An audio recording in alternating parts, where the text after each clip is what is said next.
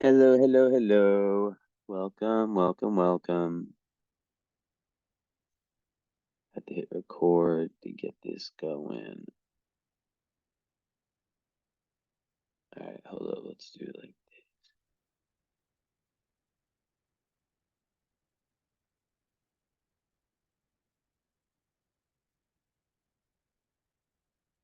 all right, cool.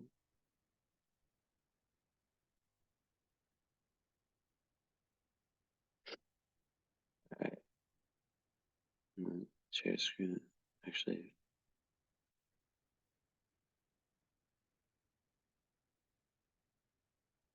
hold on.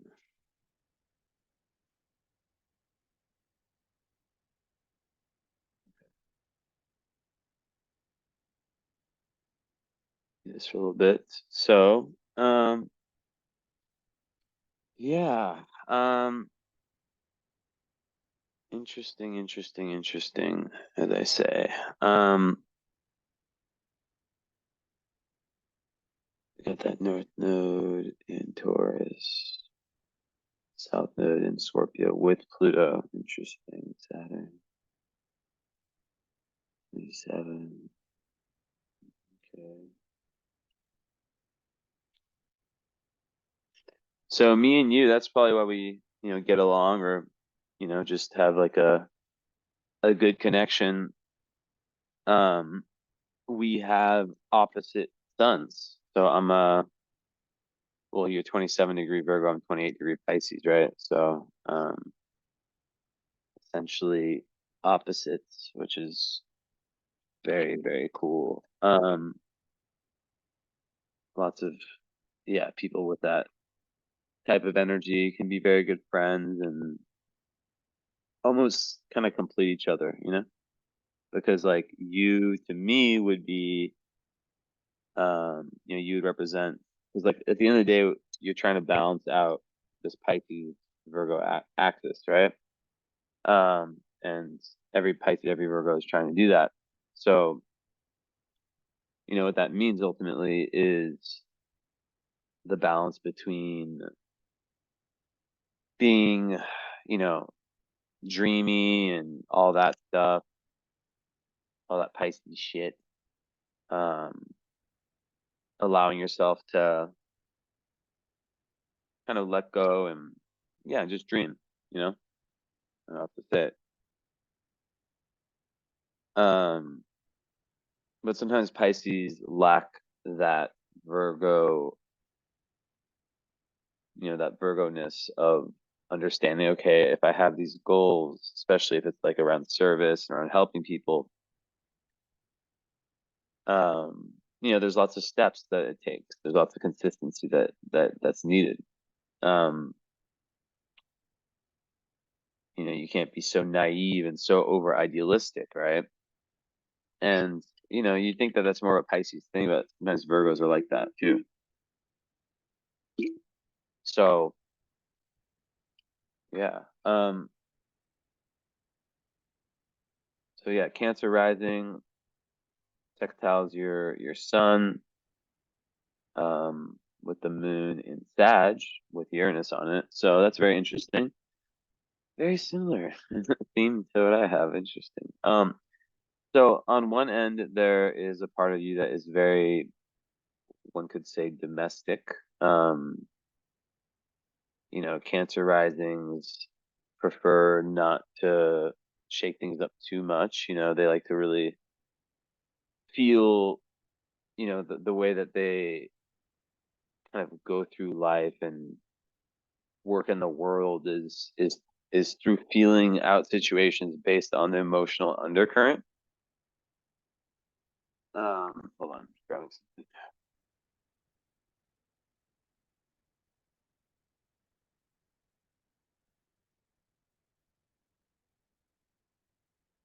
So yeah, so the Cancer rising, is more likely to kind of wait its turn and yeah, feel things out, right? And Virgo, with the Mars there, Mercury there, it's very analytical. Um, very analytical. And those two signs get along well because, Cancer is the moon. So it, they sextile each other, right? So there's this, if you think of yourself as an egg, the shell is the ascendant, what people see, your personality. The white is the sun, and the yolk is the moon. There is this real connection between what people see, right? But then also with that kind of core essence of who you are, the sun, the more masculine part of your of your psyche, but then the moon, which like people only really get to know your moon sign when they get to know you well. That's way different, right? So Sag moon with Uranus is very it's all about change, it's all about freedom, it's all about just things being, like Sag moons can get very bored, right? If things are always the same and overly predictable. But then the Virgo part, and this is why you have, the square, the elemental square between sun and moon, so which can create a little bit of tension, um, is that there'll be one part that kind of prefers to stick with what's known, um, and have, these pillars of consistency in life. And then another part that, Fedic stop. Oh my God. Another part that just wants to switch things up, especially with Uranus on the moon, and the moon's around the galactic center, so you could very well be just this channel of spiritual information, right? Um, 12 degrees Sag is the galactic, or not the galactic center. What's it called? Fuck, I can't think of the name. God damn it. Galactic center is 26 Sag. What is it? I can't think of it. But it's something like that. It's something similar. It'll come back to me. Um, yeah. So Uranus on the moon, a lot of times people, with that, they experience their early upbringing as having a lot of, there being like a lot of changes. Um, and Sag moon, you're able to really thrive, via, like, a lot of people really resent the change, but Sag moons, they kind of need it, like, because I always talk about how the moon is non-negotiable, right? The sun, like, I mean, they're both, as important, one or the other. I would say, well, I'd say the moon is a little bit more important, but um, just because it is that need, and it can be so unconscious for people, and if we don't follow that need, we can just be very, very unhappy. So Sag moons, yeah, we need freedom. We need to feel like we're learning wisdom, right? And I think, like, that would be one of the things that might stand out, or might be a little bit difficult, would be, how do I stay grounded, have this consistency, but that at the same time give myself this change, this variability in my life, right?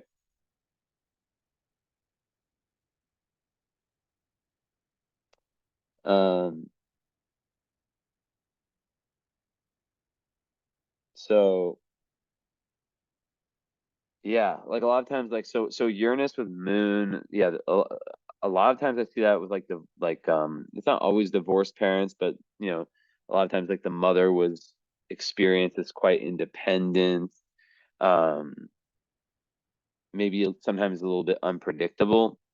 Now there's no, well, there's a Chiron opposition to the Moon, but yeah, like, I think, like, when you think of the Moon as kind of the, like, if you relate the chakras to, the root chakra, right? In the sense of, like, security, right? A Sag moon, while other moon signs like Taurus, for example, Taurus moon might find its security by things being very stable and kind of that sameness. a Sag moon might find its security through the opposite, through um, different cultures, through um, being able to learn different types of philosophies, right? Different teachers, different teachings, all that stuff. Um, on a psychological level, um,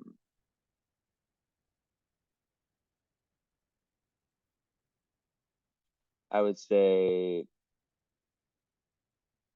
it just makes, yeah, like usually like from like one of the parents, yeah, was like either like absent, like emotionally detached, odd in some way, and um you think of the kid who has like the life where everything is sort of predictable, um and then you have the person who has a life where, since they're young, they just have to go through tons of different changes, right?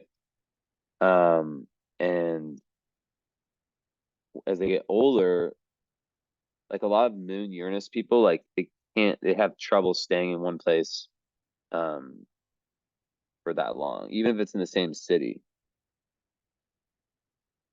And I think like depression can really set in for Sag moons when we don't feel like what we're doing in our lives is getting us, because Sag is all about higher wisdom and higher truth. It's that, like we go out in the world, we go through our different experiences, and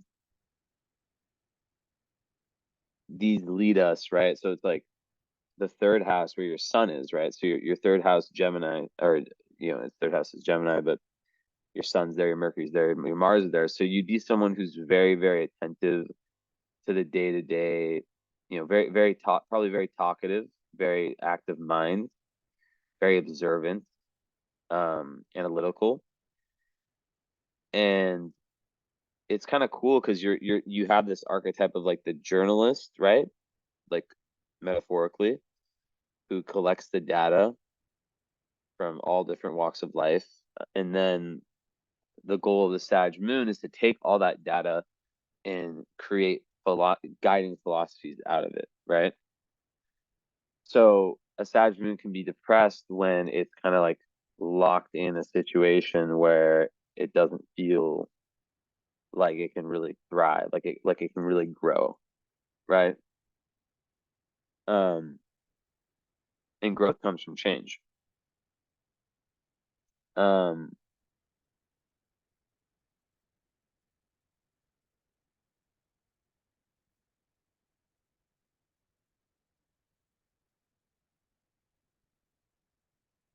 yeah. So even like from like a family history perspective, there could be like, different like psychic phenomena that could exist, or even like sudden events, accidents, just like a very kind of like peculiar type of kind of ancestry, um, that could be really worth checking out. But I would say psychologically with Uranus, because it is the planet of change on the moon, it can create a level of emotional volatility, like swing, like a lot, like it can be hard to have that groundedness. Um, and that's why Virgo, which is all about routines, it's like how do you find routines, right? This is the big question. How do you find routines? And then with the North Node in Taurus, which is, this journey towards finding peace, how do you find routines that give you this excitement and this change, but then also, you know, it's really a balancing act, right? But yeah, they're like Uranus moon can like have like it's a very exciting life, and it's a very unique like very rebellious, very unique kind of perspective, and willing to kind of shock people and willing to take the road less traveled. But it really is kind of like, you know having that Ferrari, and like it takes, or like a nine horse carriage, and it really takes time to learn how to manage that, right? Some people with that can have like episodes where, yeah, they just the swings back and forth are so intense that they can affect relationships. It can create a level of just that fire, right? Just like boom, let's do this, let's do this, let's do this, you know. And then, especially in like relationships of all sorts, it yeah, like it's really important to be grounded in that. Um, to not jump into things too fast, right? To really be analytical. But it also gives you amazing intuition, right? Moon Uranus is just like someone who, through their intuition, through their emotions, through their feelings, can, you know, they have these antennas, these open antennas to kind of cosmic energy and information, right? Um, but yeah, with relationships, I think there's just a level of freedom that you would need. Also unconventionality and um yeah, it can be difficult. And we have like a different chart, but like there's a lot of the same themes. So it's interesting, right? But I would say one of them would be like, so in relationships, right? How do you, you know, like the modern day relationship, it's very kind of, the rule book is very, very firm of, you know, this is what you sleep in the same bed, blah blah blah, do everything together. I think that like for relationships with this kind of chart, it's like really about explaining, like communication is so important of having someone able to understand these two sides, um and how they might manifest, right? Um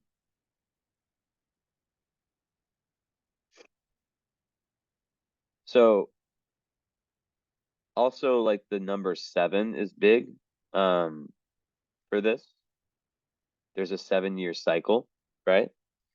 The orbital period of Uranus is 84, so 7 times 12, 84. So yeah, you can like look at your life and kind of try to see how it's played out in different 7-year cycles, right? Um, but yeah, like back to relationships, like, yeah, it can just be like I've seen people with that where there's this instant attraction, they jump in, and then it's kind of like the potential for like the grass is greener on the other side type vibes, or um yeah, just like losing interest fast. So it really takes someone who can give you this space and this freedom and allow you to really feel like you can be you without having to over explain yourself, right? And yeah, because with your Neptune squares, there's a lot of alone time needed. Um and yeah, like it's interesting because like there's a level of detachment that comes from Uranus, right? Um Sometimes I feel this can be a little bit detached from their family. Doesn't mean they don't love them, but yeah, just like really, really independent nature, a need for, and that goes back to that need to be independent, right? Sag humans already have that. Um, but like a real, like a need to blaze your own path, a need to find your own individuality, your own authentic you, right? So you could see like how that could get really annoying if you were in a situation that really pushed you away from that. So yeah, lots of stimulation is needed. Um, and it's good for like the internet. Like you could do really good stuff on social media, um, you know, networking in general, meeting people from all over the world. Um, but yeah, like that's like a big one for psychic abilities, right? And whether, you know, if those were accepted growing up, if your abilities were not accepted growing up, then it can be really difficult, right?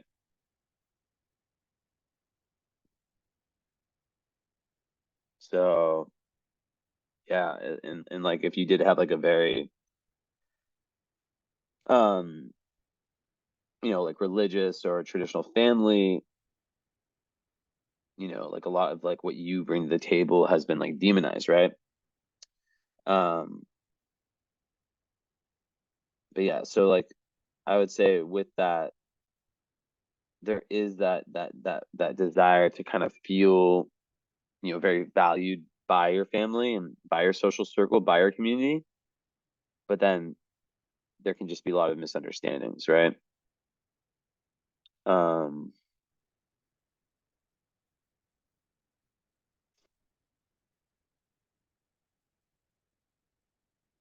yeah. So yeah, I just see it like it can just be very, yeah, very unpredictable. Um, so like following this like compass, right? Because it's someone who's drawn to like the kind of unusual, kind of exciting aspects of life. Their life can just flip in a second, just boom, I'm making this decision, I'm going. Um, and that need for novelty, but like, um, yeah.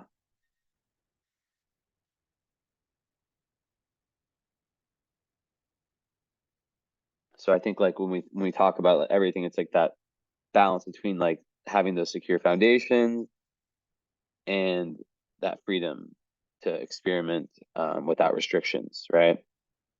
Um, and it could be like a lots of different things that you try, like it can be a big trial and error type thing until and like important not to spread yourself too thin where you're just like jack of all trades, master of none. Like that's fine when you're looking for what it is, or what, like it's not just one thing. But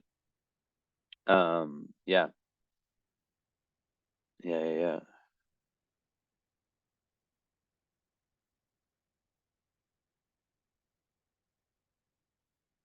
So I would say, yeah, with relationships, just being able to like, and that's one of the gifts of the Virgo energy, um, is being able to really communicate in an accurate manner, right?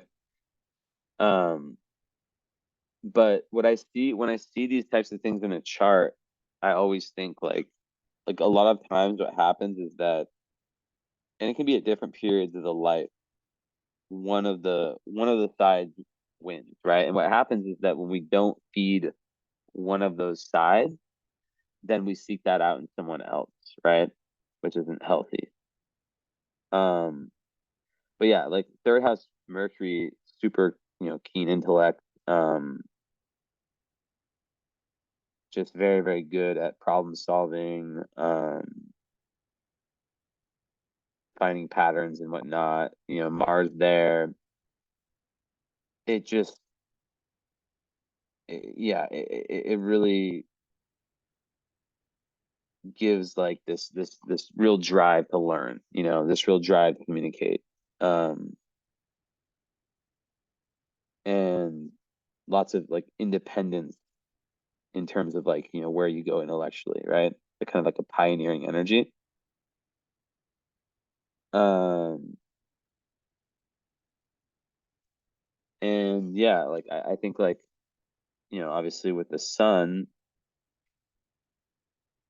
it gives, yeah, like I was saying, like there's just like a big ability to kind of like to be very like adjustable, mutable, um, and yeah, just kind of really, really, as I was saying, be that data collector. So yeah, and obviously third house people are very, very, yeah, very smart. Um, Good with words. But yeah, so the thing with the Virgo, of course, is perfectionism, right? We always talk about it. And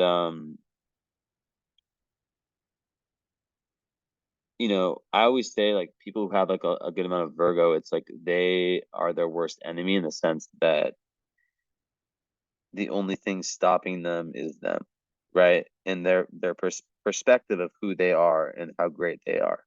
Um, I'll go back with camera so I can show.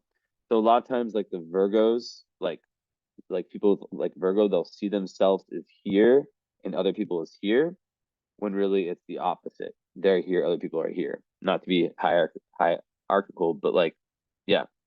Um, and I've said it a million times, but it's really that 100 or zero mindset, right? That 100 or zero, right? And the big test for Virgo placements is just being okay. Like, if you look at every day on a scale of 0 to 100, there's gonna be days where you can only get 40.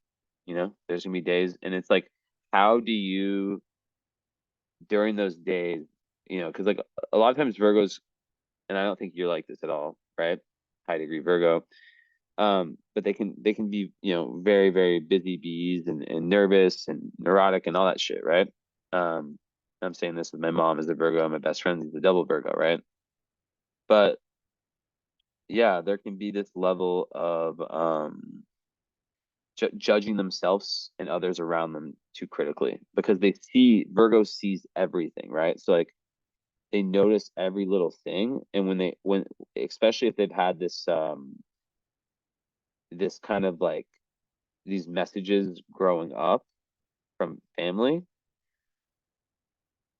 it like these interjects that get stuck, of like not good enough or whatever, like these kind of like these messages in their head, that, yeah, they can start to project that a lot, right?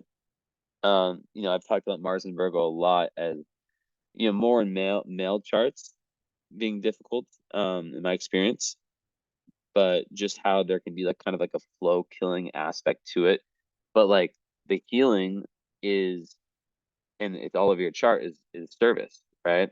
Your moon's in the sixth house, and I do whole signs, right?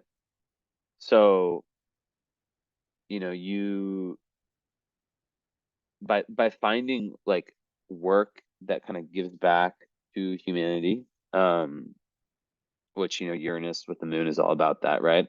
That keeps you excited, and and Virgo is all about service too, right? So being able to combine those two, and there are definitely, and I don't know what you do. I haven't read your email yet. I kind of like to wait for those. I guess I can pull it up.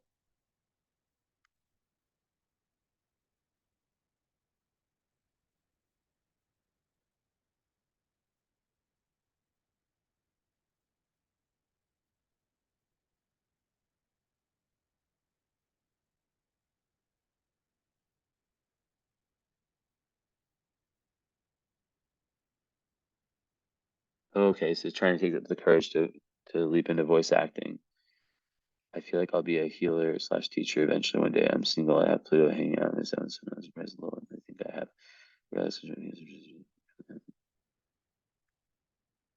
soul path and career. Yeah. Well, yeah. So I mean that's the thing, right? It's like being of service, like especially with Sun opposite square Neptune, there's a level of, I always think of that one as, a lot of times people with that, they're very, very sensitive, very, very, they can be like overwhelmed quite easily, like so empathetic that they're so, they feel that the suffering of the world so, and they take in a lot of the energy. Sometimes it's like from the father. I don't really like do the mother father thing, but like, um, you know, like very, very artistic, very, very creative. But it's like how to separate imagination from fact, right? Or from fantasy, excuse me, and or imagination from intuition. What I'm trying to say. But I think with like Neptune square Sun, there's this big potential tendency for having like issues seeing the self clearly, um, kind of identity crisis, one could say. So, and it is like I said, like you said, voice acting, like, yeah, I mean, this is great for any kind of career in any kind of arts, right? But it is difficult. Like there's lots of battles that have to be overcome to feel strong in oneself, right? Um, and one can take in shame, guilt, negative emotions that aren't theirs, and especially if there's like, bad self-talk early on, it can really hurt their self-esteem, um, which can make them like quite confused and all that, right? And then go towards that isolating or escapism. So yeah, um,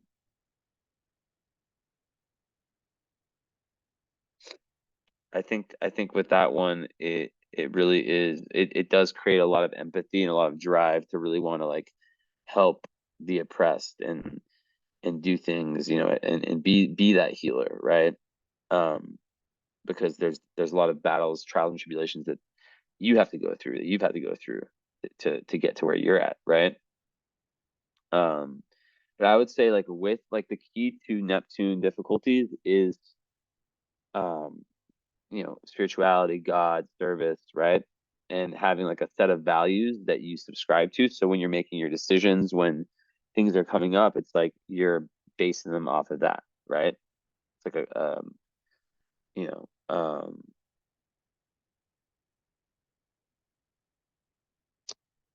it's like almost like a constitution like countries have, but for you, right? And yeah, I mean, just like self-doubt is so big for that one, right? And you got to watch out for, drugs and alcohol, any kind of poisons, medication.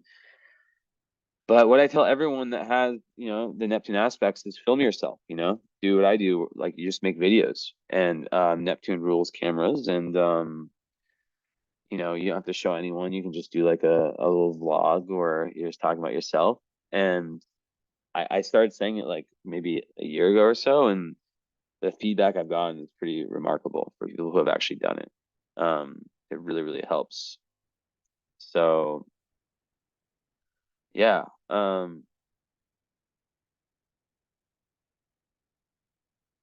watching out in the world of spirituality for the kind of darker sides of spirituality is really, really important. Just making sure you're very, and that's good with the Uranus moon, because that gives you that kind of intuitive knowledge. But like, even with like Mercury square Neptune, right, that can create a level of mental confusion, where there's like an overactive imagination, and um it can just, yeah, it can really distort, even with a strong, Virgo Mercury, like on like a very high abstract level, it can be very, very good. Um, but there can be lots of like misunderstandings, you misunderstanding other people, them misunderstanding you. Um, but yeah, this is another one that's great for, all aspects turn into assets, right? So it's great for any kind of creative talent. Um, but with relationships, it's like the confusion can enter, like it's like the basics of language, right? So like being able to keep it simple. um it's so easy to go to these high abstract realms, which is usually hard for other people. um like, giving instructions, stuff like that, right? Like little things, communication. Like let's say like in a relationship, you're trying to explain, like in Gestalt therapy, like we learned about reality testing, um, which sounds kind of cringe, but like, I mean, at the end of the day, in a relationship, I think it's something that could, it's like you get it done, so it's like, example, let's say you're talking to someone that you like, right? You guys maybe have dated a few times, um, and you're, for some reason you're feeling like he's being distant, right? Or like there's something up, or like the way he said something, um, was just like there's something that was off you, but like then you show your friend, and so it's good to like really like have, you know, really second opinions for things. Also with like signing contracts, anything legal, really important. Um, so let's say, you show the friend's like, I don't think it's a big deal, I think he's just busy.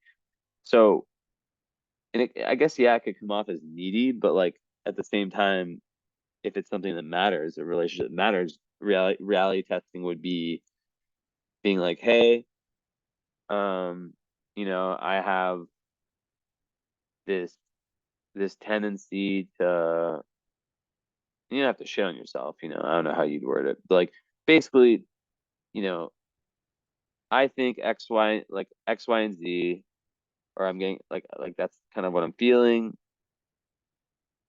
Can you can you tell me, right? So that's reality testing, right? Can you tell me like the truth? Like is this am I right or am I tripping?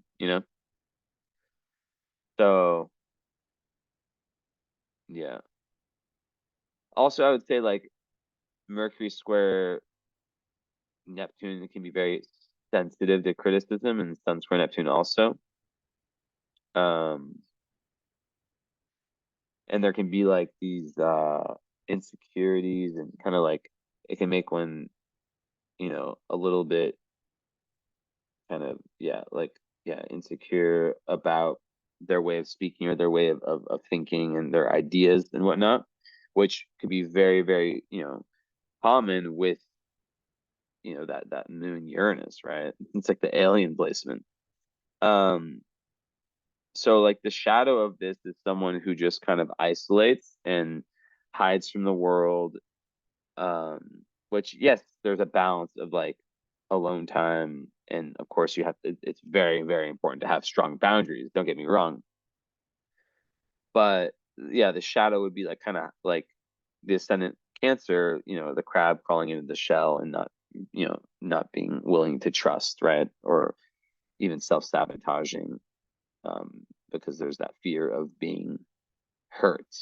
So they're like, I'm going to end it before, you know, like it can, they can end it or whatever. And yeah, like I guess another shadow, yeah, it would just be like, yeah, just, yeah, living in that fantasy world and dream world, and not in the real world. Um, so yeah. Um,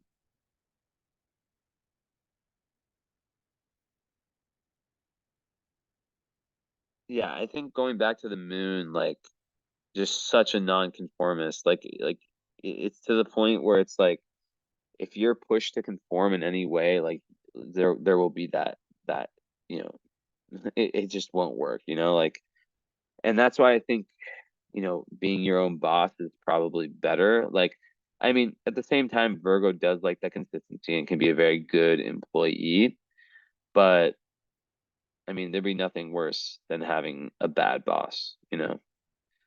Um, and even your midheaven is in Pisces, it's ruled by Neptune, and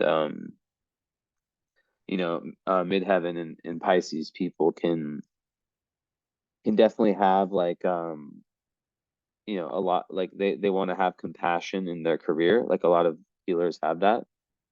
And they come off like, let's say you're on like let's say you're doing what I'm doing, like social media stuff, like the Pisces midheaven people, that's how you come off on social media, right? So you come off as very empathetic and very, very like loving and all that. um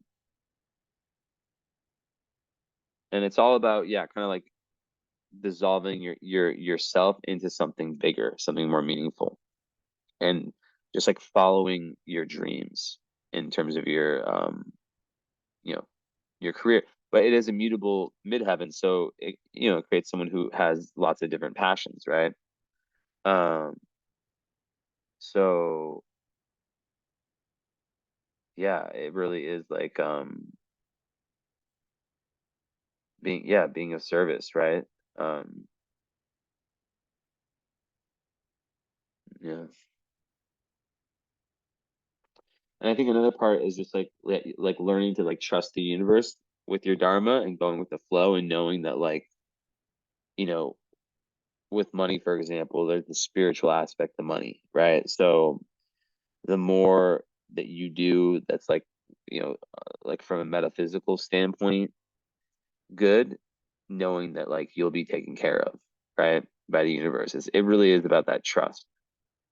Um, and yeah, like Pisces midheaven people, they just love when what they're doing is truly positively affecting um other people, right? And when they can like express that imagination in their career. So it does create like someone who needs a career that they can really 1,000% be devoted to, right?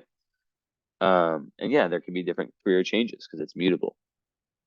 So there could be a time where you do the voice acting and then you could have like the money maker and the passion, right, that you learn over time and get better and better at it. So, um,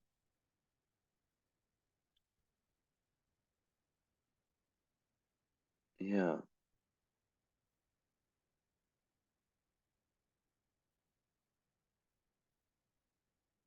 Hmm.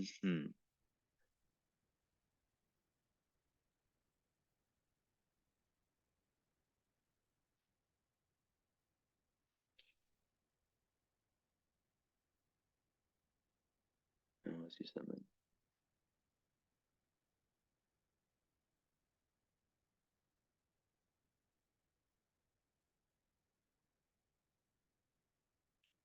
Even like from a business perspective, right? It could be someone who's like a visionary and like a very compassionate leader, very creative, compassionate leader, right?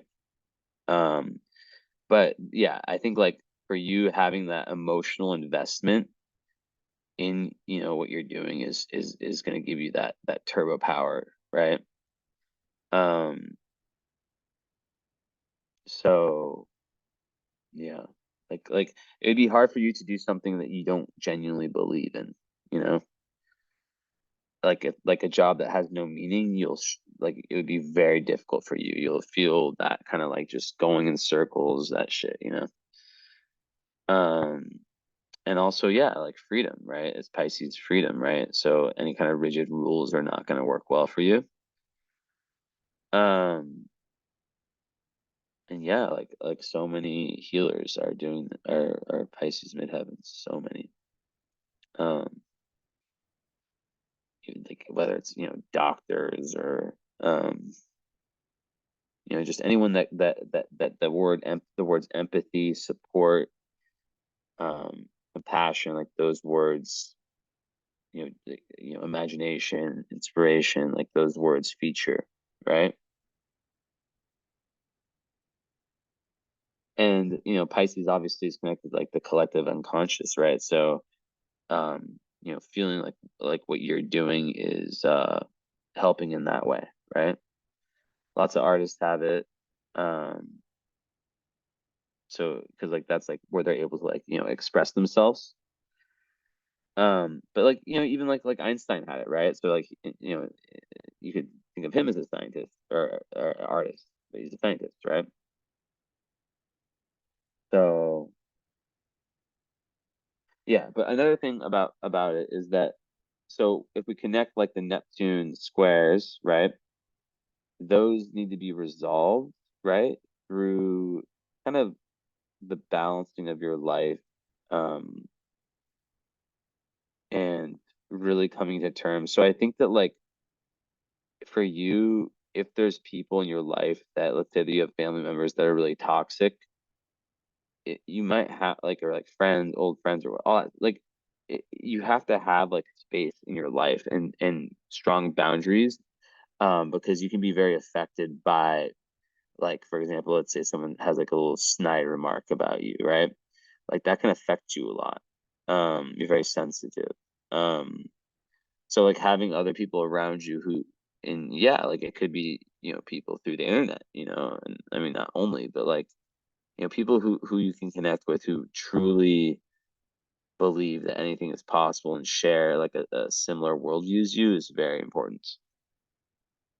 Um, but yeah, like early, I think a lot of Pisces been having people that like there is that kind of Neptunian fog and blur around what they want to do early on. So they sometimes can like go back and forth and be kind of like disoriented.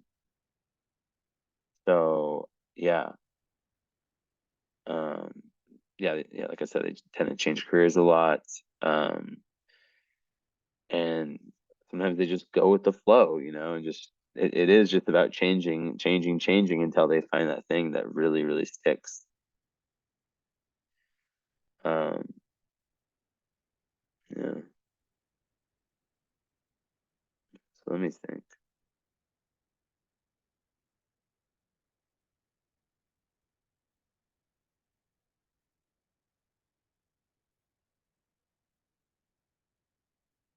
Hmm. I would say like, the fact that the IC in Virgo, right? So the MC builds on the IC. In Virgo, it would just speak to like how honoring, like really honoring your craft and like and having that consistency and having that real like, you know, dependability to people. That's like a big pillar for that as well, right? Um, and it goes back to like being able to put like that creative Pisces into like a tangible shape, right? Like what good is like the person that comes up with like the amazing movie idea, right? If they don't know all the steps that it takes to create the movie, right? Um,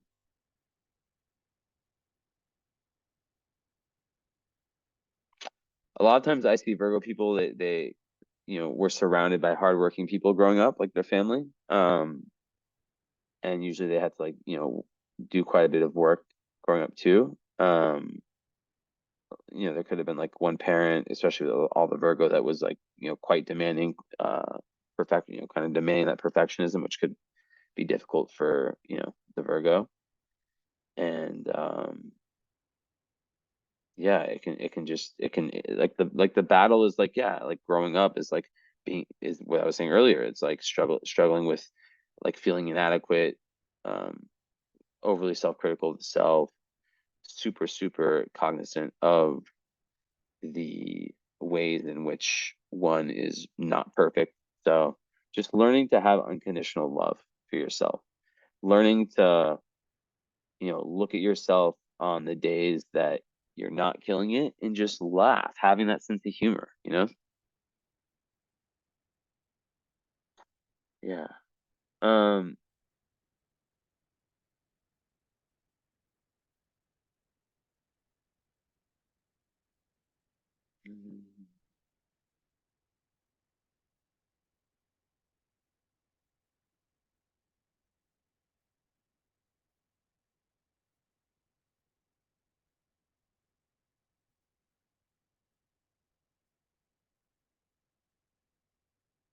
yeah, but I think like just like so many such good like there's such good social skills that come from all this third house. So much curiosity, right? And you have that more than most people. Like you're here, remember, they're there. Um, and it's just like life is this constant education. Um, it can make a great writer, um, a great teacher, or just someone who loves to like learn and share their knowledge. And it gives like this sort of, what I don't have, this like endurance, like this ability to kind of communicate. Like, how like I always say like I can't answer my DMs, like I'm fucking like, oh my God, it's so hard. Like I feel like if you were in my position, you would like be able to, because like it's an earth sign, so it gives that kind of, even though it's a mutable earth sign, it gives that stability, some level of consistency, even though your moon is like not like that. And it's good for organization, right? Like Virgo is very organized, right? So and like what's cool is like, you know, for a lot of like us spiritual folks, small talk is really fucking hard. But like a lot of times small talk, you know, not just small talk, but like just kind of like the everyday conversations. Like it's such a big part of life, right? And just because you know more than someone else doesn't mean that you can't connect with them. So I would say for you, like having that ability to do that, you would just learn even more, right? Um,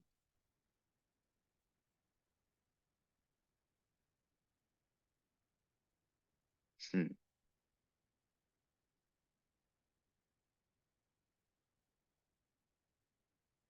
And even like Mercury on the IC, it creates someone who's very curious as a child, right?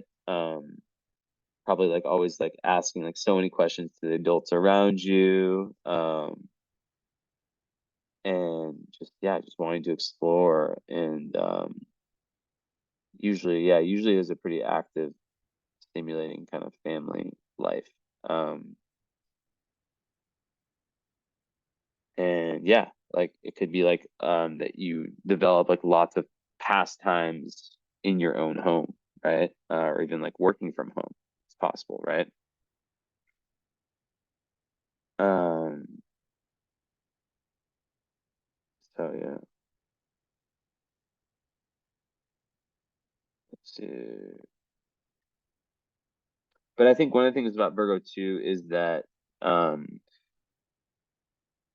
sometimes they have their system of doing things and they can be very critical if that is criticized or opposed. Um, so yeah, that's kind of like one of the things with the Mars, or just third house or in general. But yeah, Mars in the third house also. So if third house is siblings too, so that could create some level of clash with siblings. I know Venus would be in that house in Placidus, so it could be like a love-hate thing, or maybe like if you have siblings, that is, there could be one where it's really good or one where it's kind of difficult. But yeah, like yeah, usually the Mercury and then even Sun on the IC, that just makes it so like, the early childhood is so important and um like you're so linked with your family, like your identity.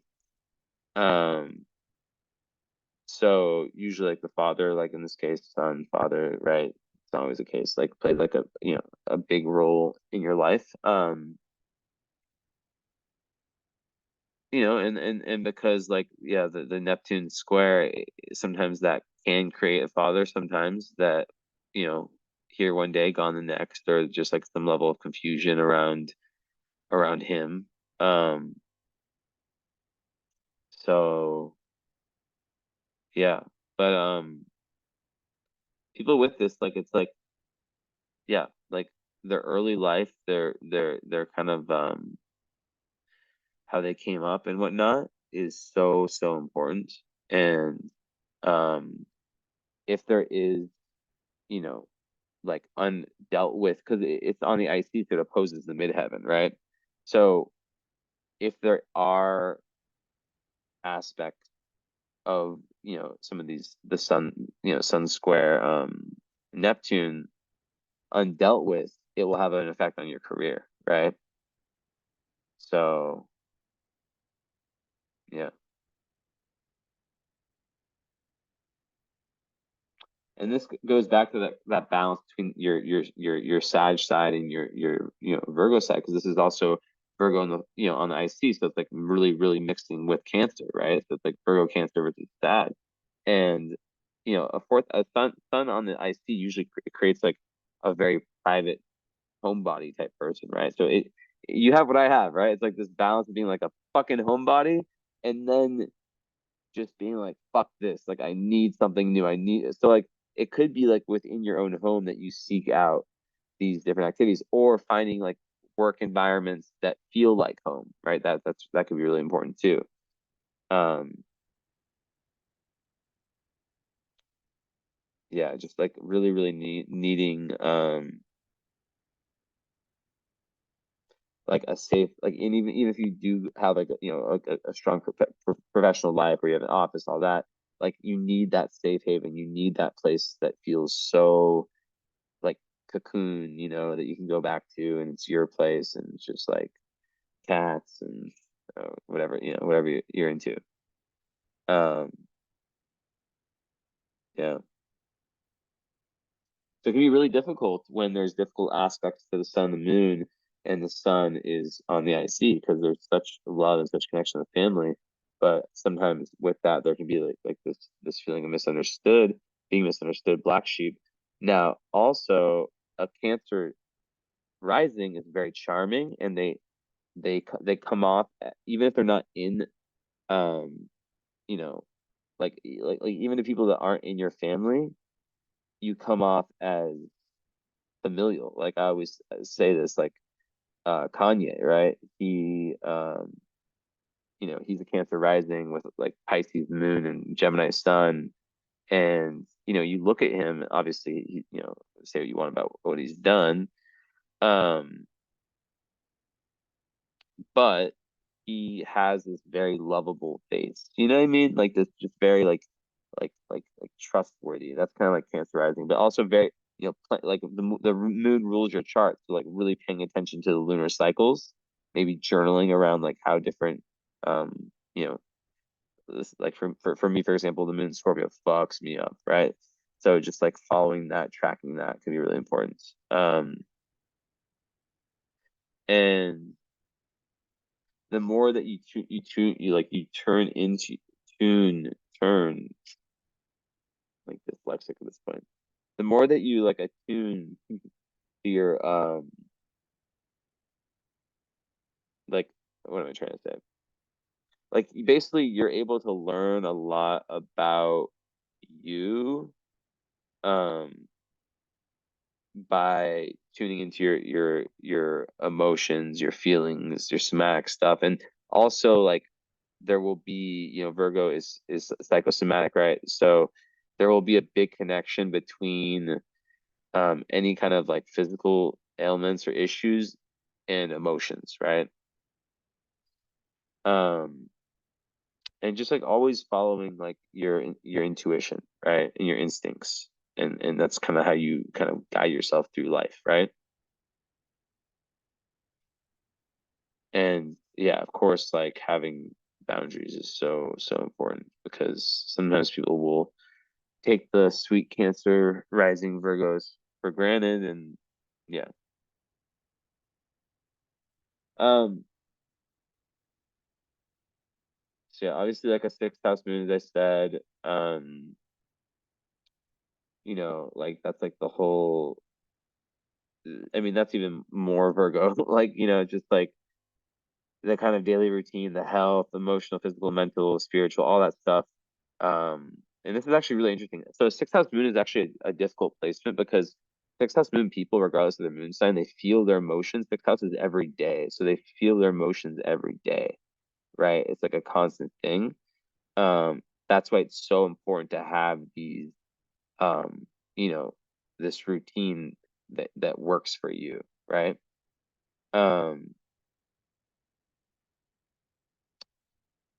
and I think that like, the fact that it's Sag, I think that just like that philosophical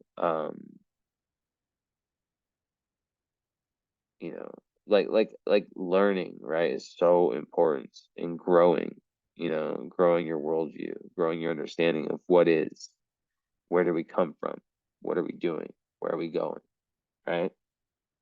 And also, oh, so happy I thought of this. With Neptune scores like that, sometimes people can downplay their own accomplishments. Um, so let's say you're like the a best astrologer, right? Um, or that's a bad example. Let's say you're the best voiceover person ever, right? Sometimes like people with like the Neptune squares like this, like they'll undercharge what they're worth, right? And with Virgo also, because they're so critical that they think that like, oh, I'm doing this wrong, doing that wrong, when like other people might have like doing 10 times more shit wrong, but they're not noticing it. So yeah. Um, so yeah, health is, yeah, is very, very important. And it's just like a daily preoccupation. And yeah, like once again, like 6,000 moons a lot of times are healers for other people, right? Um, doctors, healers, all kinds of stuff, right? And yeah, but then sometimes, like, when too much is too much, like you need that adventure, you need that to feel like yourself, to feel like you're not losing your independence, right? Okay. um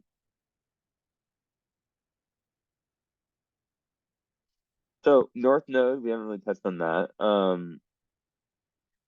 You know you're really here to find your tribe, and to give back to humanity. Like you're like I get the best clients, I swear. I get the best clients, and a big part of it is just the fact that we're moving in this age of Aquarius, right? And the 11th house North Node in Taurus, it like, okay, so your South Node's with Pluto, right? So that is difficult, right? Because that is speaking to, like, I have my South Node square Pluto, which is way more difficult, but it you know in Scorpio, right?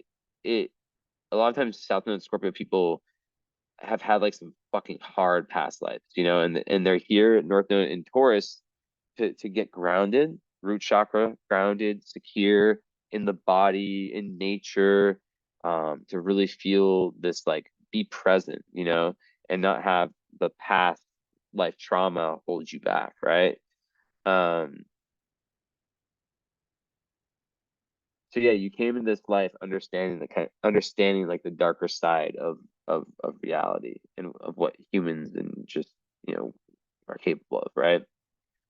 So it's all about like rising above that, transforming that, um, and finding these internal resources, right?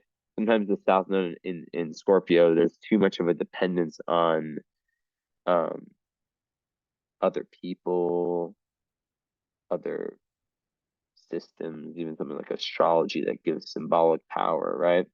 Um, and it's about finding that within yourself. So like meditation, yoga, those are two great examples, right? You have like, you go within and you're able to kind of like do it yourself, right? But like with any Scorpio Taurus, it really is like, overcoming that distrust for change, and um yeah, and I think like just feeling into like a lot, like for me, like I talk about my book. I don't know if you read my book, Pisces Live Nine Lives, but um I talk about how the most important thing I ever learned about my own chart was Pluto square South Node, right? Pluto on the IC, because it showed me like that, like I had all this trauma, or not trauma, but like I had all these signs of trauma, but like I didn't have trauma to really like back it up, or to really like kind of make sense of it, like, what I mean? So understanding that it came from past life is huge, right? So yeah, really like trusting the process for you, um, and just like really looking for stability, right? Um, and yeah, so I always think the North Node Taurus people, it's like they're here to chill a little bit, not fully, but they're here to chill a little bit. Um, Enjoy the nicer things in life. Um,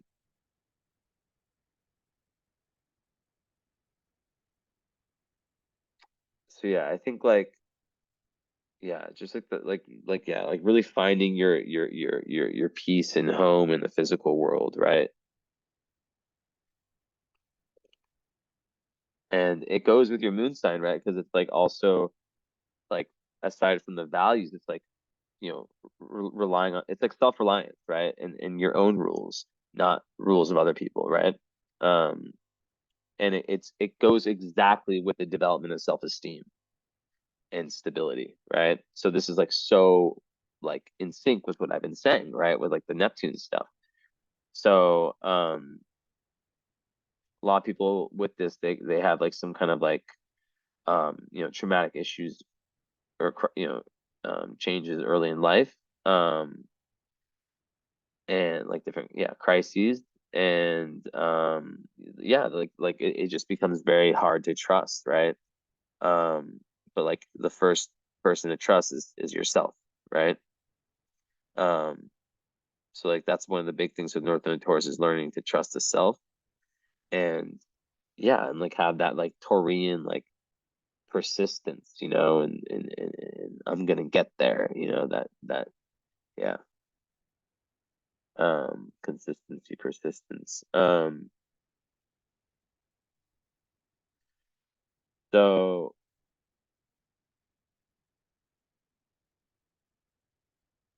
mm,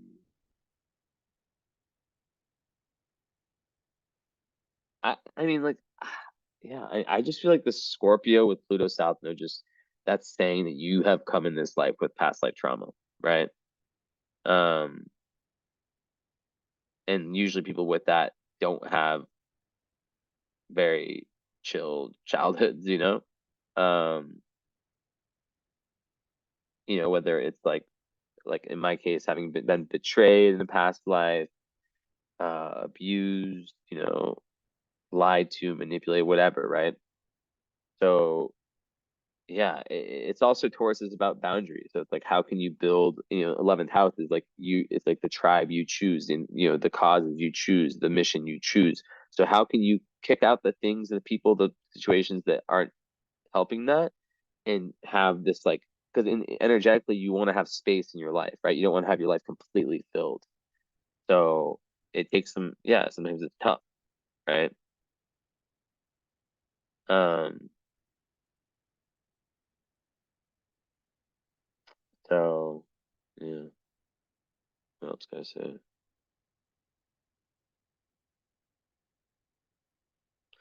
Yeah, I guess like moving away from like that dramatic, intense Scorpio energy that can thrive on those things to this like peaceful, content Taurus energy. Um, so yeah,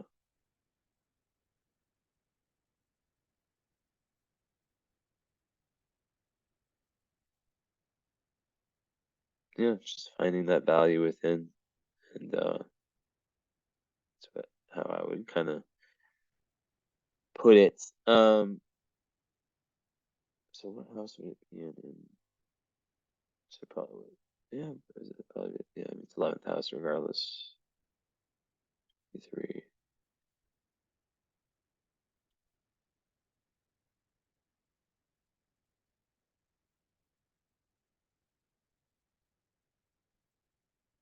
Yeah. Um, so yeah, like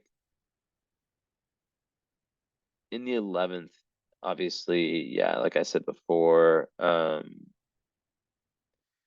it's just about like not, like being grounded in the fact that like you're not going to fit in with everyone,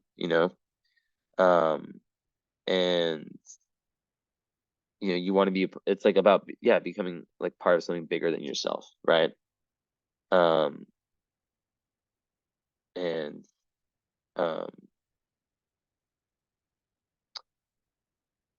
just finding the right people that make you feel that Taurus groundedness. So,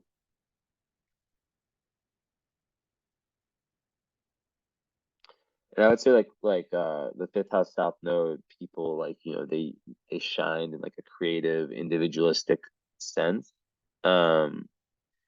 It's like Leo, so it's very royal. So yeah, it's like, how can you take the creative talents that you've gained from your past lives into helping the world, right? So how can you keep your own individuality while still, being a part of something bigger than yourself. God, our charts have so much like overlap. It's crazy. Um, yeah, North Node 11th. It's just like helping the collective. Yeah,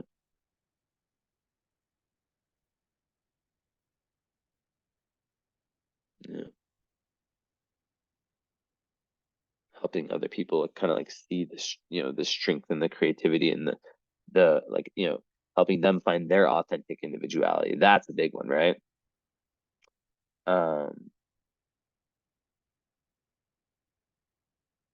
but like a lot of times, like because like North Node is like the mountain never climbed, like the shadow of that would be like settling for friends just because there's like that desire to be part, like accepted. Um, so yeah, it's just like not compromising, right? Um, in terms of like, being with the wrong people, right? So yeah.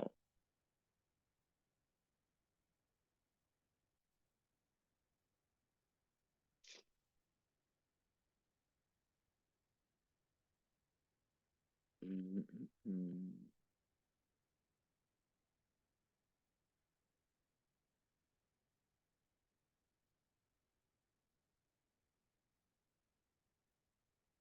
So yeah, like I think the main thing with that is just like being able to, yeah, like I said before, take your gifts and give them, give them freely. Or not freely, but you know what I mean? Like the metaphysical value.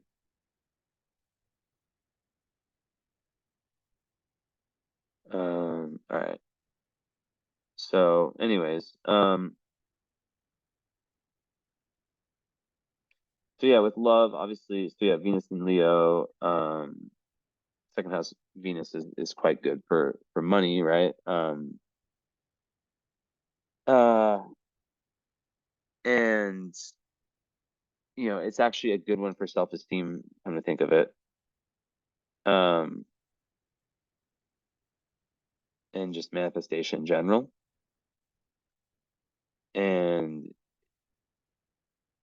yeah, I mean, some people are not meant to have like a bunch of fucked up money karma in this lifetime, right? Some people are. So,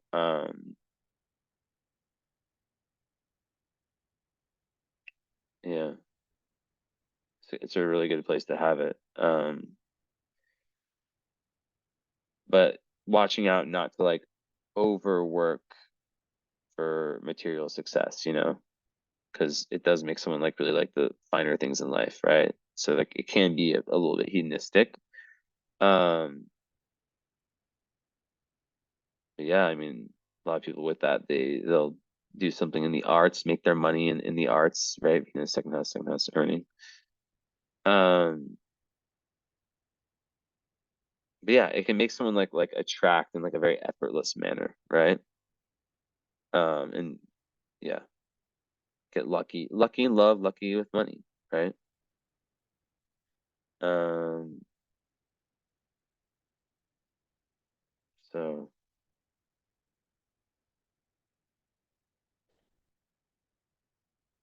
yeah, so usually like the second house Venus doesn't rush into relationships. Venus and Leo though, I mean it is a fire sign, right? And you have a fire moon. Um, Venus and Leo can be like the diva, you know, um, and very, very, very kind of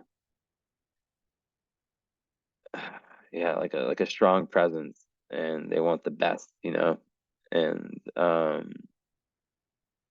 it's what you value. So they value a partner that's fun, that knows how to be their inner child.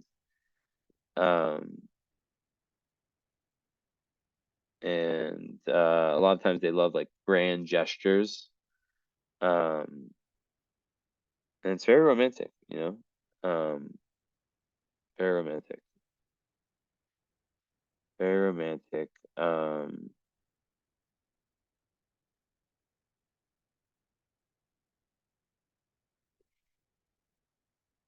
Very artistic placement too, Venus and Leo for sure. Um, what else?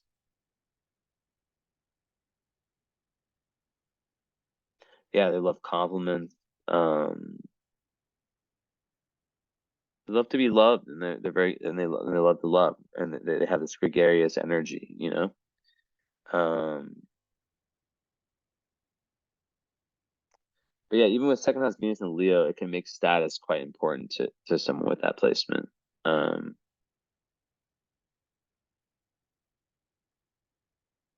yeah.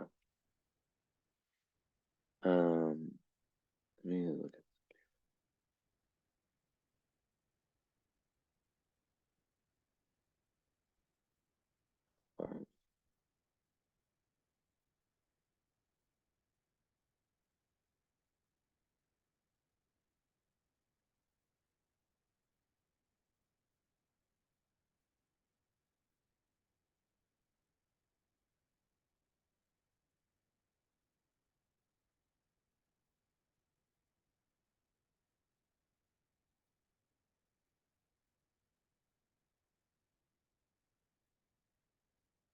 yeah, with the fixed stars, it's really hard because it like matters if it's a day chart or a night chart.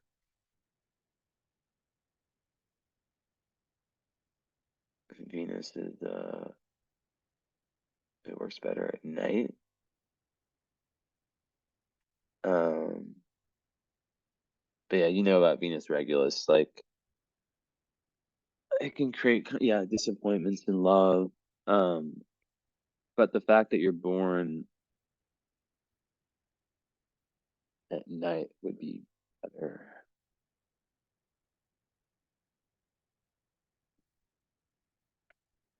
Sure. Um, yeah, so just like really, really being careful, like who you choose romantically. Um,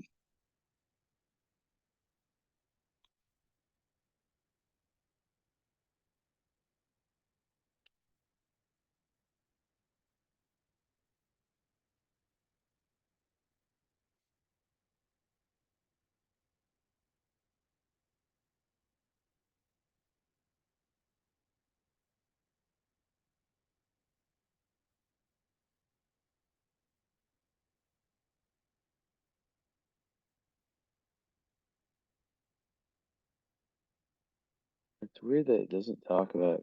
Yes.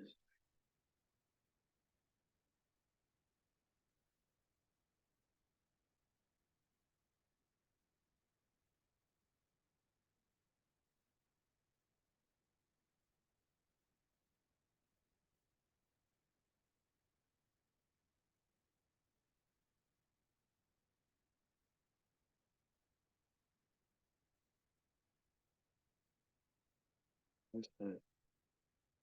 Everything.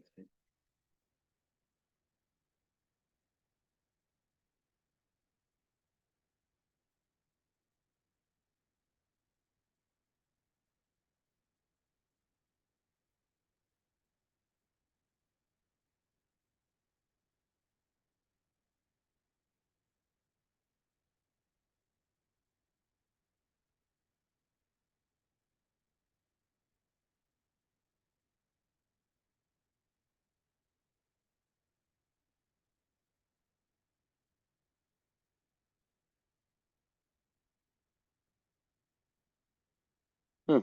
There's such little information on Regulus and Venus. And all that there is bad shit.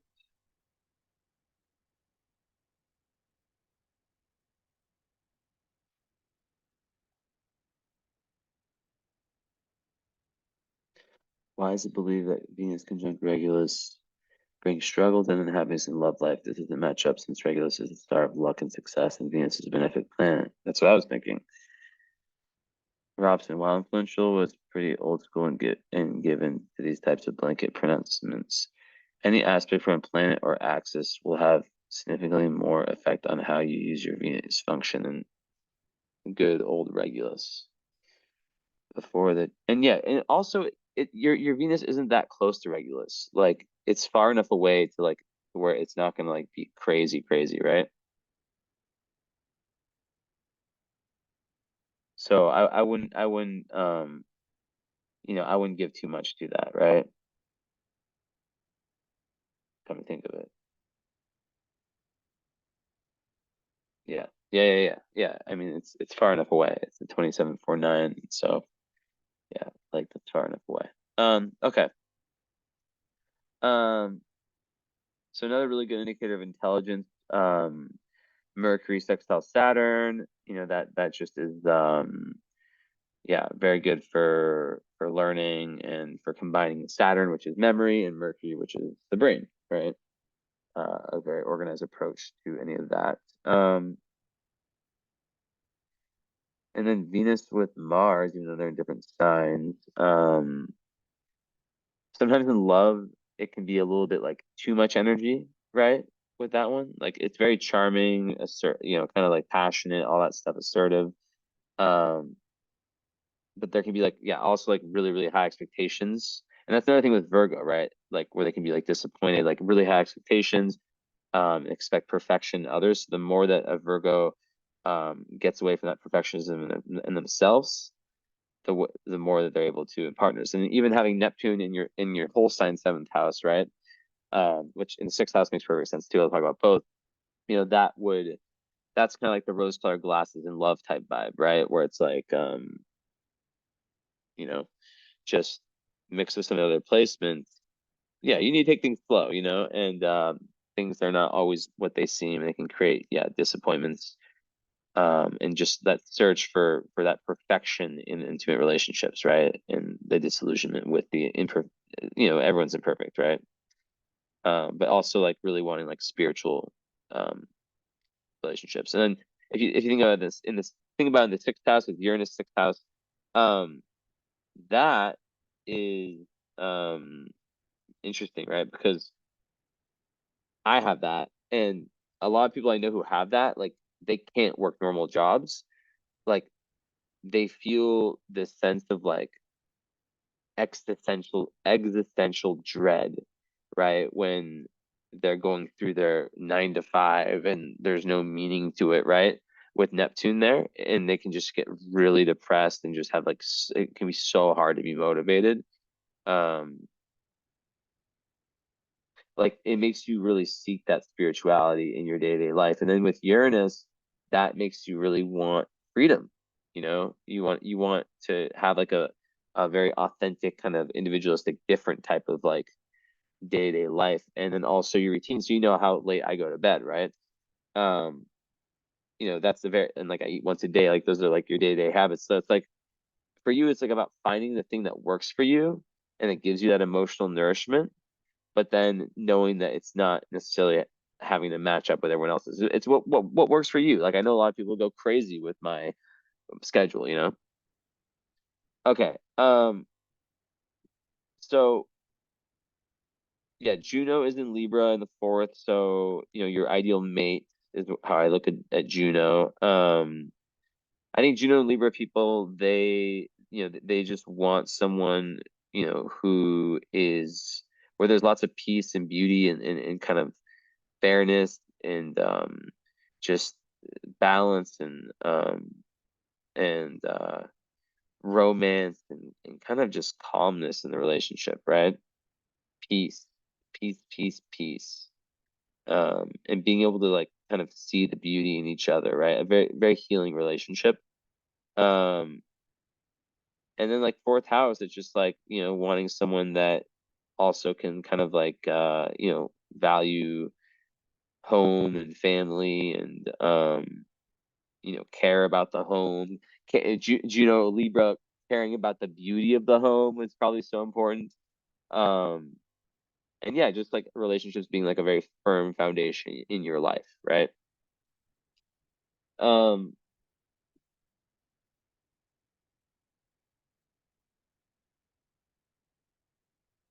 Yeah. So I would say like overall with the love stuff, it's like make no one's ever gonna be perfect, you know. The communication stuff has to be good, need for space, um, you know, need for like still feeling like you're your independent person, um, and that someone that just gets you on that soul level. And then also, you know, you need an adventure buddy, you know, someone who can have fun, right? Like the Venus and Leo is also like someone who values that inner child like energy, right? Like just pure fun, the childish fun. A lot of times they value appearances too, the Venus and Leo. And then yeah, the Sag Moon people they can't be with someone who's closed minded. They can't be with someone. It could be someone from a different culture, and someone who's you know willing to go with your ebbs and flows and switch things up and have fun. You know, it could even be like an alternative type of relationship. I don't fucking know. And then Jupiter's in the eighth, which is it's seventh in descent in Placidus, which would give you like lots of luck with partners. So yeah, but like in the eighth and whole sign, that is like the person who's made to be a psychologist, and it's like I always say, it's like the lantern to the unconscious realms. Like it's dark for most people, the gates are open for you, right? Um, it's also really good for like inheritances or other people's money and resources being beneficial to you. And yeah, Jupiter in Aquarius is just like the humanitarian, right? Um, yeah, so it's the person who yeah, yeah. Who like every like Jupiter makes everything bigger, right? So Jupiter in Aquarius, yeah, it makes that desire to kind of like give back even more. Um yeah, eighth house is so good for everything occult, right? And it's actually good for popularity, Jupiter Aquarius, and attracting like groups of like-minded people and yeah, very open-minded placement as well. And yeah. Yeah, it goes with your Uranus on your moon. Someone who wants to make a change, inventive as well.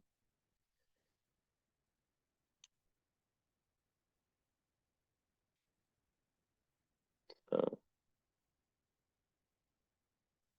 but you lack air in your chart, so like with this placement, it's like even if you don't like socializing, it's like this can like get you to kind of do it. I don't know how to say it. Like it can like kind of get you to enjoy it, you know? That placement. Um so yeah, like lacking air, sometimes it can be difficult to um see different people's perspectives, and people with that can be a little bit stubborn. So I'm very, you know, well, actually having Uranus on your moon helps so much, right? Um, so yeah, and then that third house. So you have a lot of air house of you know, third house is full. Um, yeah, 11th house is North Node. Okay. So yeah, so Chiron, yeah, Chiron and Gemini. So this is very classic. I see this all the time. Um, opposes your moon, so it could have been that like yeah, like a lot of times it's like being rejected for like Chiron Gemini people. So many clients have it, and they feel like they were not um like you know, because they're so different in their way of seeing the world. There's wounds that you know are created around their view of their own intelligence and their way of communicating. Um, and then like because it opposes the moon, it can create lots of emotional pain stemming from the mother. Ooh, interesting. Um, and then you can have attract partners that kind of like reflect that pain, right? Um, so yeah, so yeah, it's all about like kind of facing that pain and Yeah, just kind of healing that relationship. Even if it's like even if the relationship is unhealable, just still having that energy of love, right? Like I always say, like write a letter, uh, like where you understand empathy for them, and burn the letter if you don't want to connect with them. 12th house Chiron is interesting because there can be a lot of kind of phobias there, a lot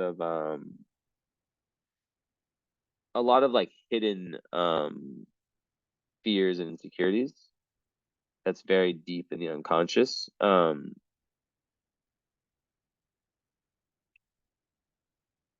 So and they're very good at sensing like the emotional undercurrent, so they can make very very good spiritual healers.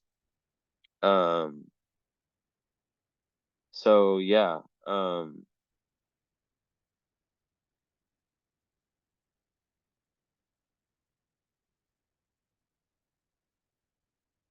yeah.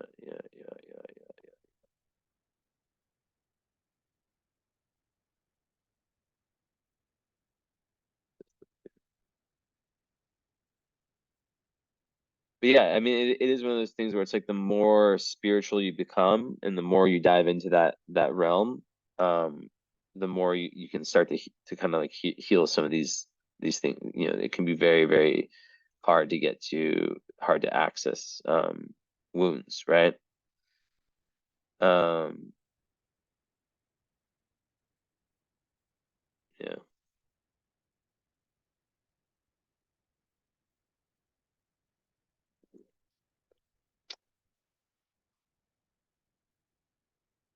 Mm.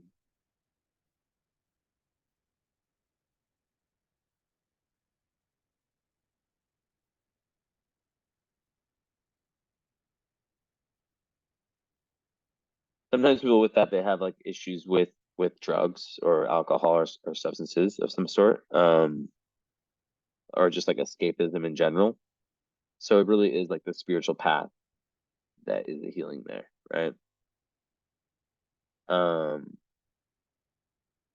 and what's interesting is that karmically you have a square of Jupiter and your nose, which is a skip step around finding meaning. So that makes me think that in a past life, uh, a big part of the trauma, and that's why you're a Sag moon. So cool how it connects, right? Um, is because you had some level of like the truth being blocked from you. So you had to live in this lifetime where you weren't able to access the truth and you were very hidden from the truth, right?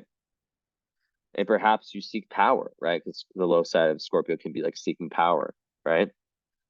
Um,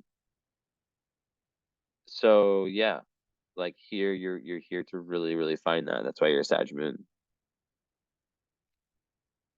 So yeah, this one really is about just like isolation versus and the impact that like that can have on self-esteem and um yeah, it can create issues with the parents early on, who maybe didn't care for the kids enough. Um, but also like secret enemies, right? So you have to like kind of really, really protect your energy of anyone that might be jealous of you or yeah, be a secret enemy. But sometimes like it can be difficult to like like people with that can like do everything to like conceal the wounds. Um, so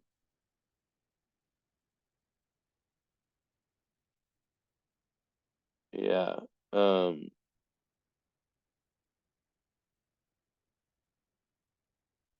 yeah, it really is just like with any pain is just like imagining that's from past lives. Like in a past life, I was in a situation I wasn't able to win. How am I going to win this time, right? And it could also be like mental illness passed on from generation to generation. So there's a lot of potentials.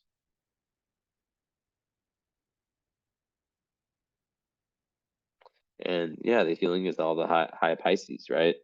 Um, having good boundaries while moving towards spirituality and service and being really connected to your emotions and being vulnerable. Um, Yeah.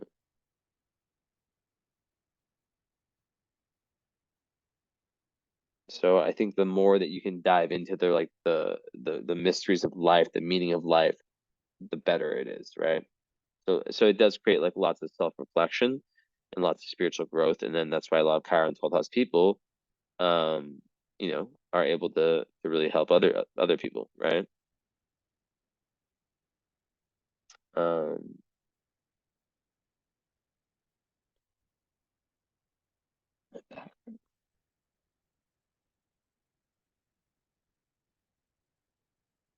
mm.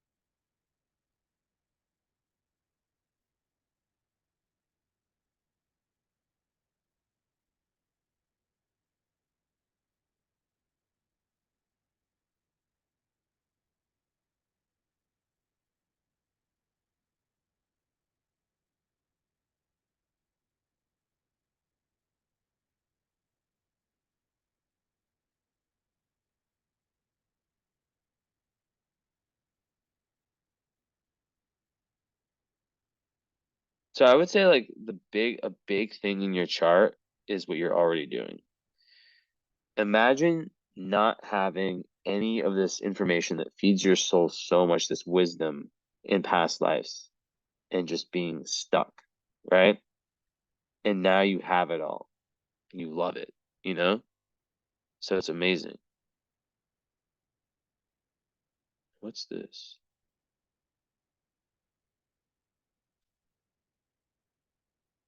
So yeah, you would have a kite, but I don't count the ascendant midheavens and aspect patterns because they're not planets.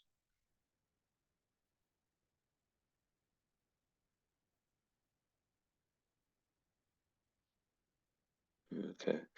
Yeah. Anyways,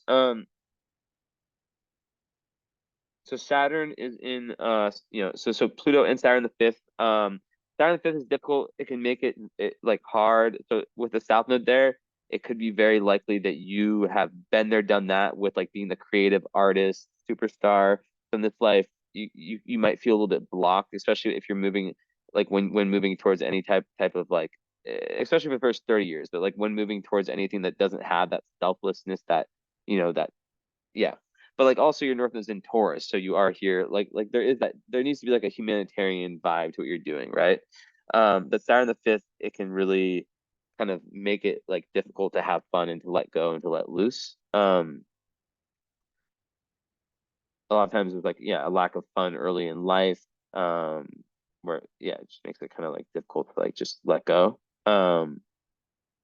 But it can get a lot easier by Saturn return time. But sometimes what I found with Saturn fifth house people is that they can literally turn what's fun for them into their work. They can like organize their fun really well.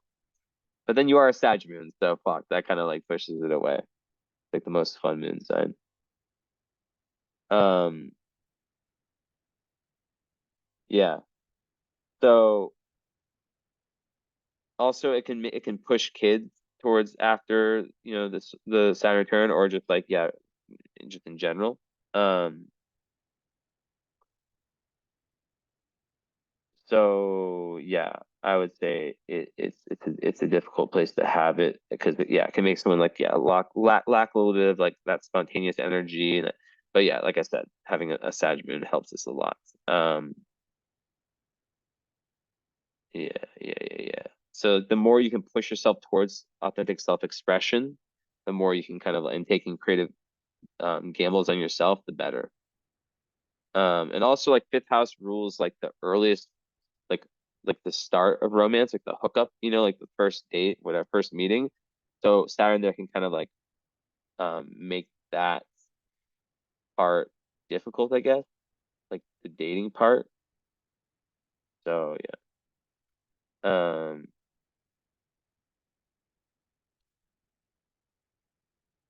So yeah, it's not like the best for like, dating or flirting or anything like that. But it is good for, yeah, being able to stay in relationships long term. It can give kind of like a more serious attitude towards romance, I guess you could say. Um, yeah.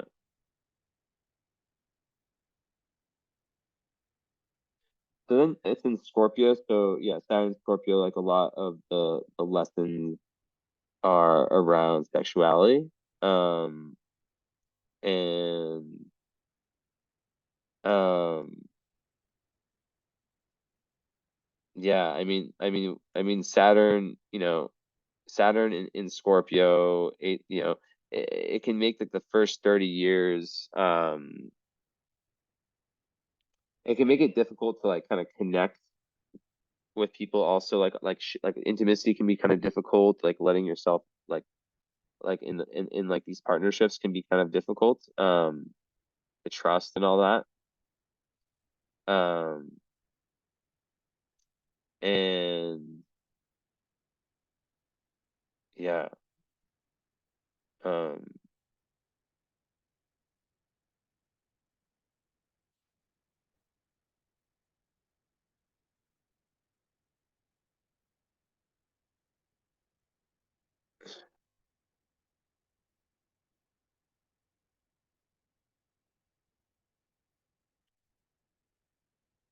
yeah, I think that the karmic lesson, um it's almost a lot of times there is, like the person rejecting, like I was saying earlier, like rejecting the other person first because of that fear of intimacy or that fear of getting rejected by them. Um, so yeah, um,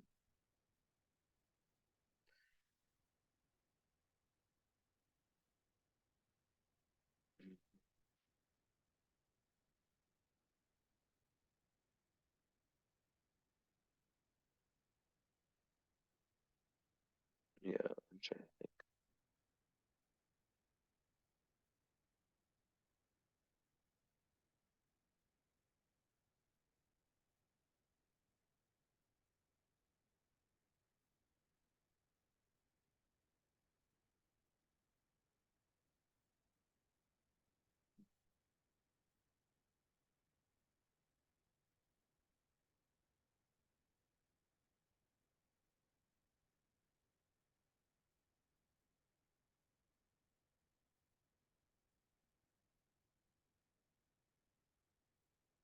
Yeah, I think it definitely can make someone like, yeah, quite secretive too.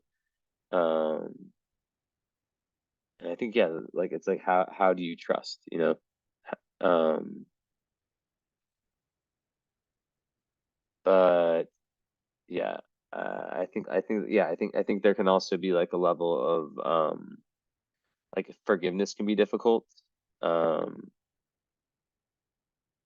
and yeah, just like being able to like learn how to let go, I think is a big one too, right? Scorpio obviously is about transformation. That's your transformation. That's like your nodal axis also. So it's like how to learn to actually let go and move towards that change, right?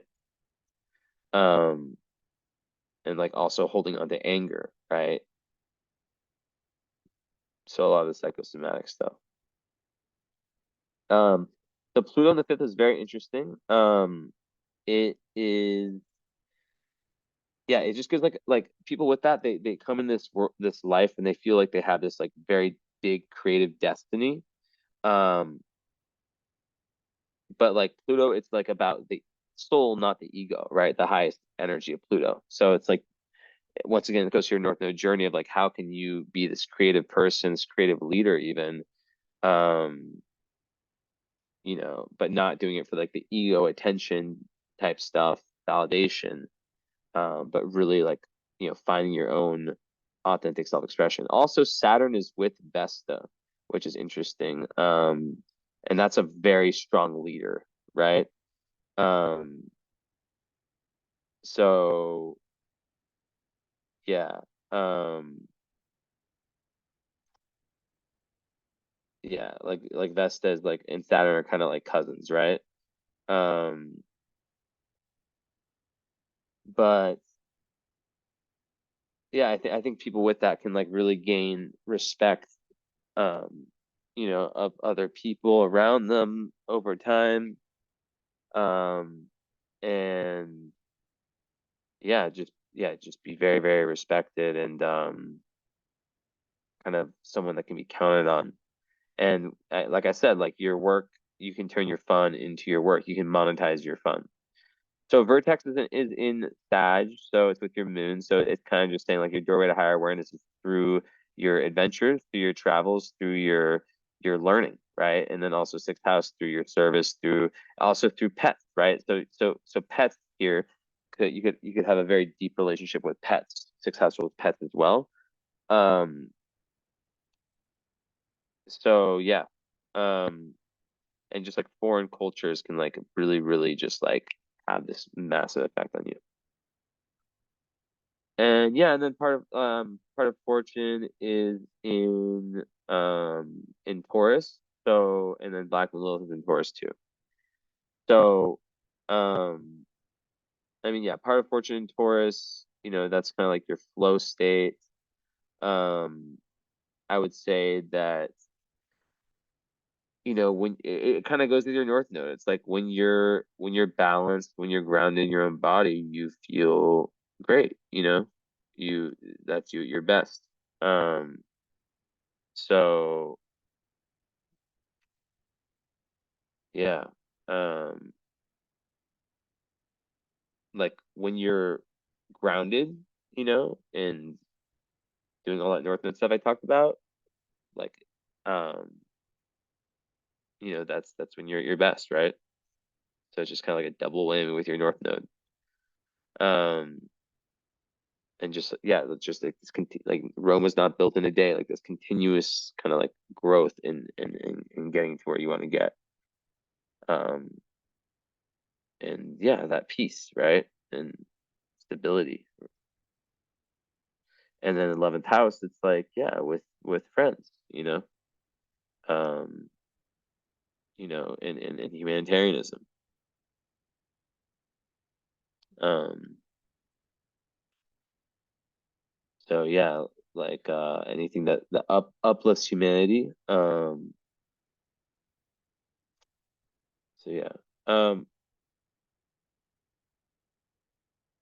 yeah, so it's very similar to your north node. So Lilith in Taurus is interesting. So that's obviously like the kind of like darker side of your personality potential. And I would say, in Taurus, there can just be like overindulgence of the senses. Also be like potentially for being like overly possessive. And not feeling like grounded and safe in the world and trying to find that security in more hedonistic ways. Um, not being willing to change, being stubborn, not being willing to hear other people's opinions, right? So, also, it's ruled by Venus, so there can be um a sexual aspect to it. Um, yeah. And yeah, I would say like a lot of times with this, it's like this the sense of security and the stability, was violated in some way. And like not feeling like it's like safe to be yourself and to have fun and just go in life, right? Um, so yeah. Um, and also really, really fearing loss, fearing change, fearing poverty also. So there can be like an obsession with money. Um, and yeah, so obviously like everything I said about the North Node Taurus is the healing for that, right? And it's just a potential, it's not something in your chart. Um, Yeah, there's overeating is another one. And yeah, using sex and intimacy in a way that's devious. Um, so yeah, I think like in the 11th house, it can just like be difficult, feel difficult to like fit in. And yeah, I think like sometimes like their friends can be jealous of them and like stab them in the back, and yeah, it's kind of like black sheep energy. Um, so yeah, I mean, I would say like it could just yeah make friendships quite difficult in this lifetime. And that's so yeah, it's just about patience and not settling, as I said before, right?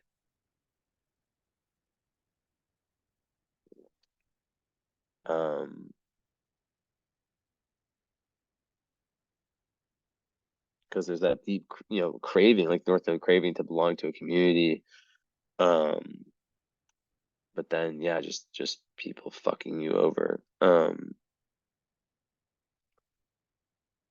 So mm, you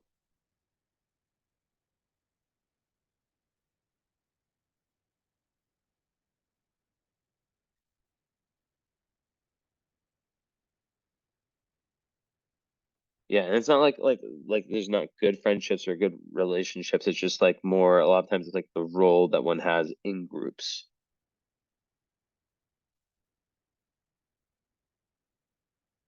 And also it could have relate to issues with authority figures, right? Being like very rebellious. Because of that, yeah, that need for that authenticity and that freedom. Um,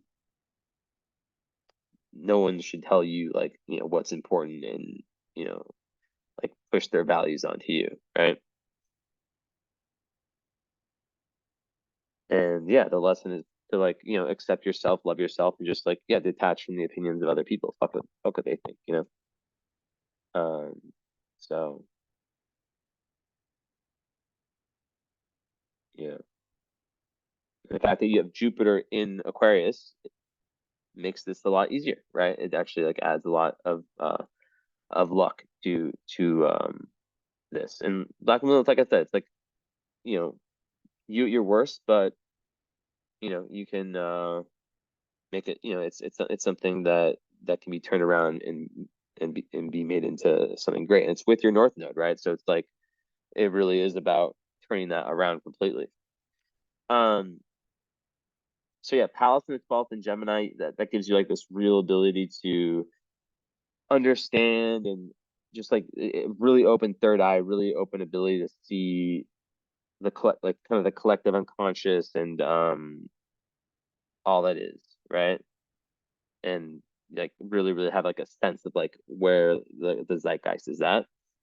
Um, yeah.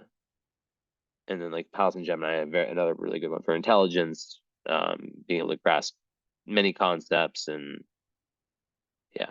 Um, and Sirius is in Leo, so Sirius is like a second moon, but less important. That's how I look at it. And I would say like um, you know, just enjoying like giving love energy and fun child energy to others. And enjoying having that given back to you, like playing, and that also helps that fifth house Saturn.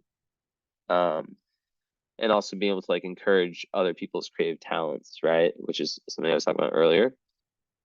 Um, yeah.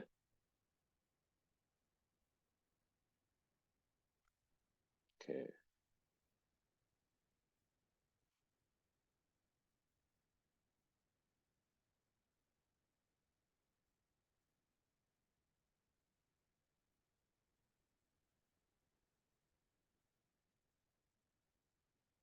Ooh, so you have height. Oh, never mind.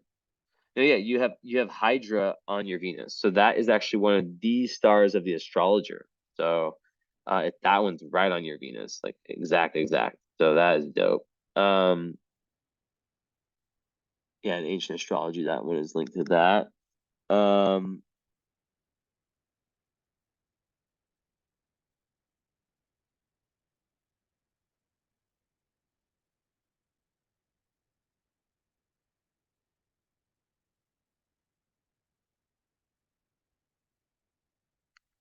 you have Lilith, the asteroid, which is one of the three witch asteroids, right on your moon. So you're just a woman that's not to be fucked with, and also whatever it's called, not the Galactic Center, the other one. So yeah, I mean that is yeah, that creates like a kind of a boss woman and also a witch, you know. Um,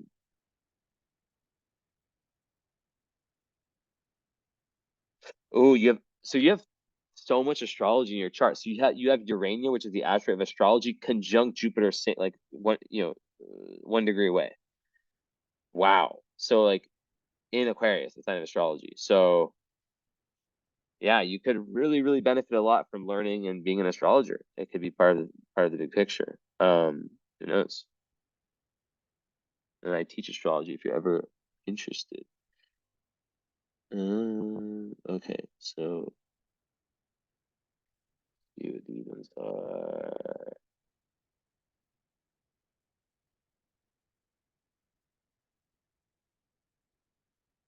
okay. So I think that one's a wealth one, right? Um, yeah. So Pollock's descendant is like wealth, power, courage, generosity. Um, so yeah, that's a good one. It's a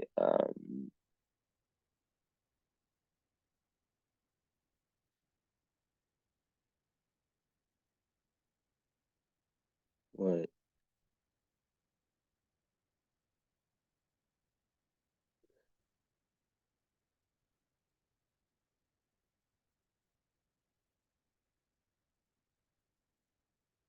Yeah, it's a Mars one. So it is yeah, very brave. Um, good for boxing. Interesting. And then let's see what this one is.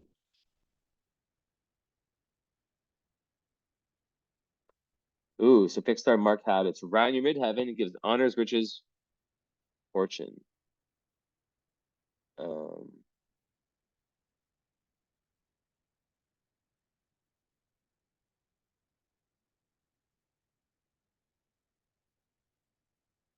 it says it can be very changeable in business. Yeah, I don't know. There's not that much good information about fixed stars out there, honestly. Like besides like a few of them, it's tough to find. All right. Well, this has been a long reading. Got very detailed for you because you are one of my faves. Hope you enjoyed. And I forget if you have the follow-up. So yeah, if you want to add, I think you have the follow-up, right? Yeah.